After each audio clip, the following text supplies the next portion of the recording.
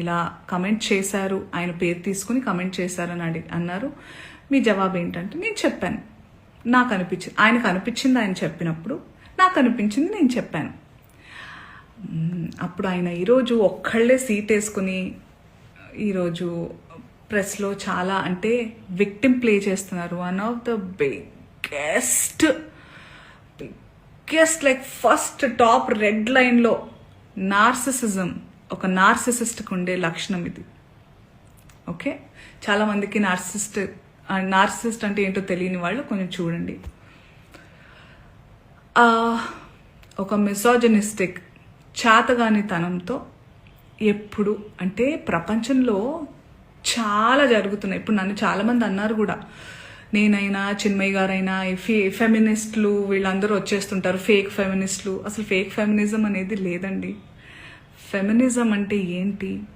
ఆడవాళ్ళకి మగవాళ్ళకి సమానమైన హక్కులు ఉండాలి అన్ని విధాల అని అనేవాళ్ళు. చాలామంది అబ్బాయిలు కూడా ఫెమినిస్టులు ఉంటారు, దేవుడి దయ వల్ల ఉన్నారు అలాంటి వాళ్ళు. We all are supposed to be feminist. అసలు ఈ వర్డే ఉండకూడదు ఫెమినిజం అనేది. అందరికీ we have to coexist. ఆడ మగ ఉంటేనే ప్రకృతి ముందుకు వెళ్తుంది. ఆ ఈక్వాలిటీ ఉండాలి.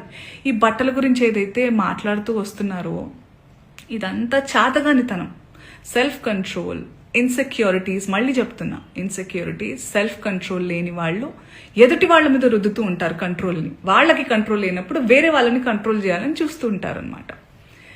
అదే ఇప్పుడు క్లియర్ కట్ సినారియో. అందుకే నేను ఇంకా సింపథైజ్ చేస్తున్నాను. ఈరోజు కూడా పాపం సింపతి గ్యాదర్ చేసుకుని కూర్చుంటున్నారు కాబట్టి నేను సింపథెటిక్ గానే ఉంటాను. పాపం ఆయనకు అదే కావాలి కాబట్టి అదే ఇస్తున్నాను.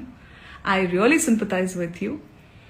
నేనెందుకు అందులో లాగాను, మిమ్మల్ని ఏమన్నా అన్నానా అంటే, నేను కూడా హీరోయిన్నే, నేను కూడా ఫీమేల్ లీడ్ క్యారెక్టర్స్ 1-2 చేశాను. మీరు హీరోయిన్ అని అంటున్న సందర్భాల్లో ఆడవాళ్ళు ఇలా బట్టలు వేసుకోవాలి ఇక్కడ దాకా ఓకే సార్, మిమ్మల్ని నేను చెప్తున్నానా మీరు ఈ బట్టలు వేసుకోమని? ఎవరైనా ఆ హీరోయిన్లన్నా మీతో అంటున్నారా? నేను పర్సనల్గా చెప్తున్నాను, చాలా మంది హీరోయిన్స్ నన్ను అప్రిషియేట్ చేస్తారు because of the voice I have.